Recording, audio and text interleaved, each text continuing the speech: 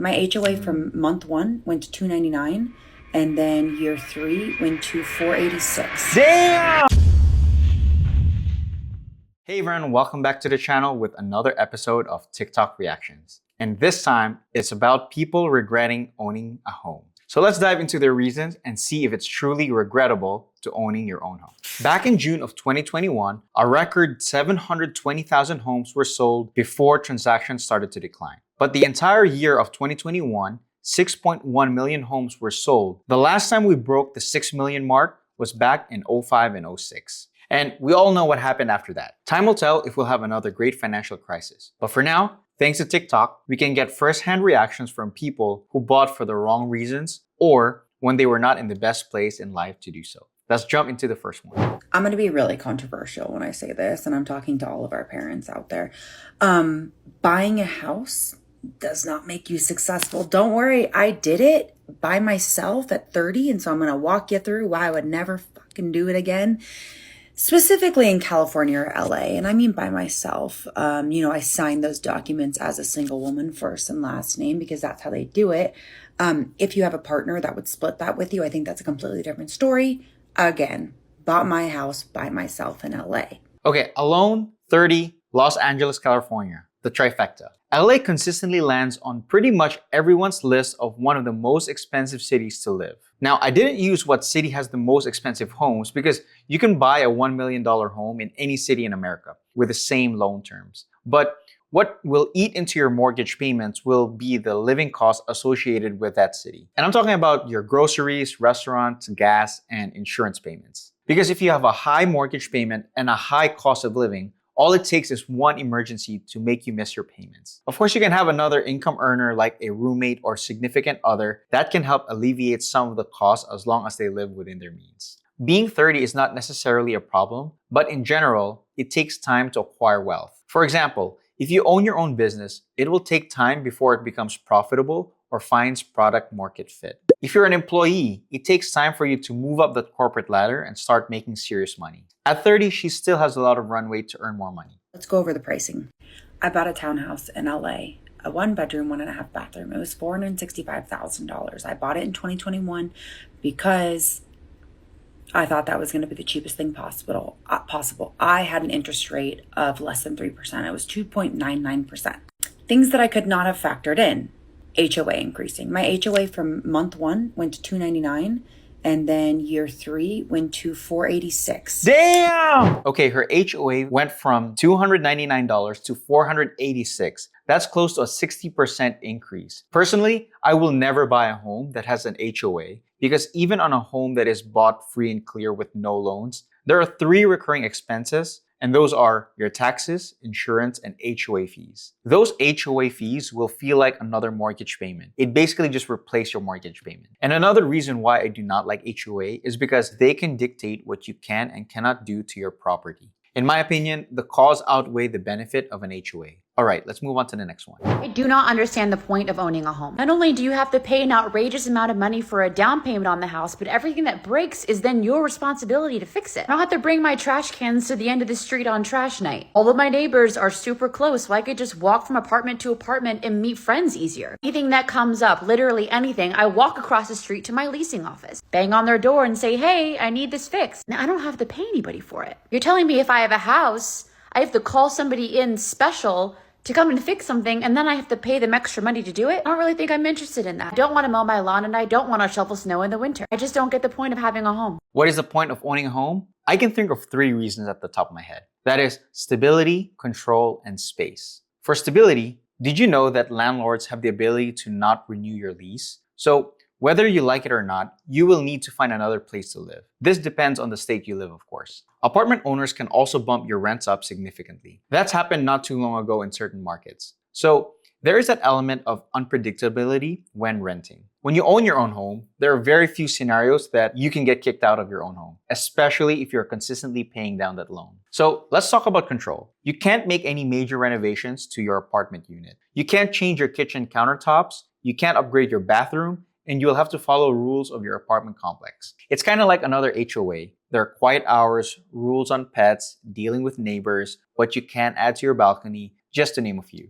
When you own your own home, You can do whatever you want to the property as long as you follow the city ordinance. You can renovate anything inside your home. And if your backyard is big enough, you can even build a completely new structure like a guest house or a pool. Lastly, when it comes to space, it is more cost-effective to live in a home rather than to rent. When a couple has a child, they can quickly outgrow the space of a 2-bedroom apartment. That's because as the baby grows, the number of things and the size of the things grows as well. Apartments can get really expensive per square foot when compared to a larger home with more square foot. In her case, it seems like she's not yet at the age in her life where benefits of owning a home make sense. So I can understand why she's frustrated.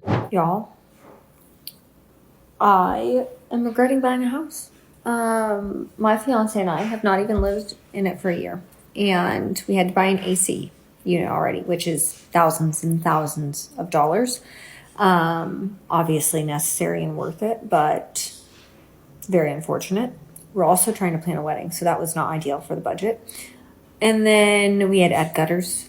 And then on top of that, we now probably have to replace our water heater. Just can't catch a break. And before anyone comes at me, we did have an inspection. None of it was flagged. So it's been a rough day. It's been a rough couple months.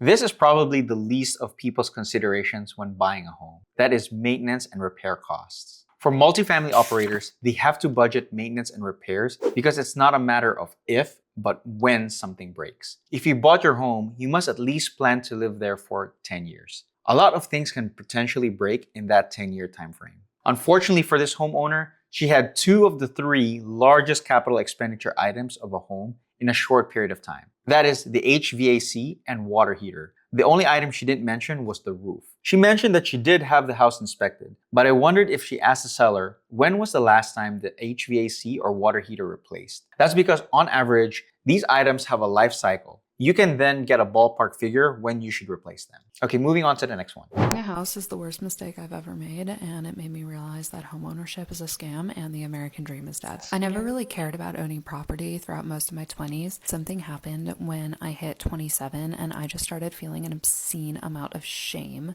for still renting. And that continued to multiply into my 30s until eventually I just said, okay, fuck it. So last year, I bought a house that all of the calculators said that I could afford. I went to look at a bunch of properties. I crunched the numbers. Now, here I'm sitting, not even a full 12 months after I closed, talking to a realtor about putting the house on the market because owning property feels so limiting.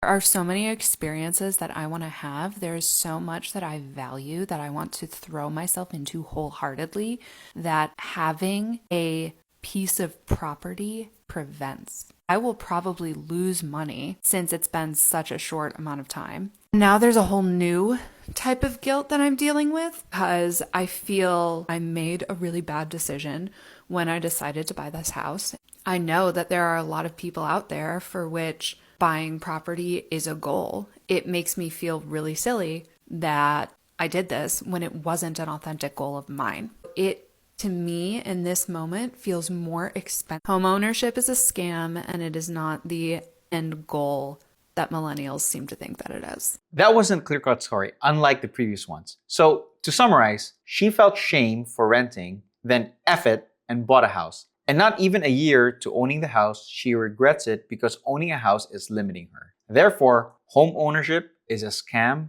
and the American dream is dead. This is one reason to regret buying a home that wouldn't exist 15 years ago. She got into a home because she felt shame. She didn't mention that someone else was shaming her, so I would assume this was a self-imposed kind of shame. If I would have to take a guess, she probably felt shame after watching several TikTok videos of other girls her own age owning a home while she's still renting. This is the same pattern of behavior for impulsively buying a car, a jewelry, bags, trips, concerts. There was never a factor like social media that can influence someone to do something whether it is right for them or not. In her own words, there are a lot of people out there for which buying property is a goal. It makes me feel really silly that I did this when it wasn't an authentic goal of mine.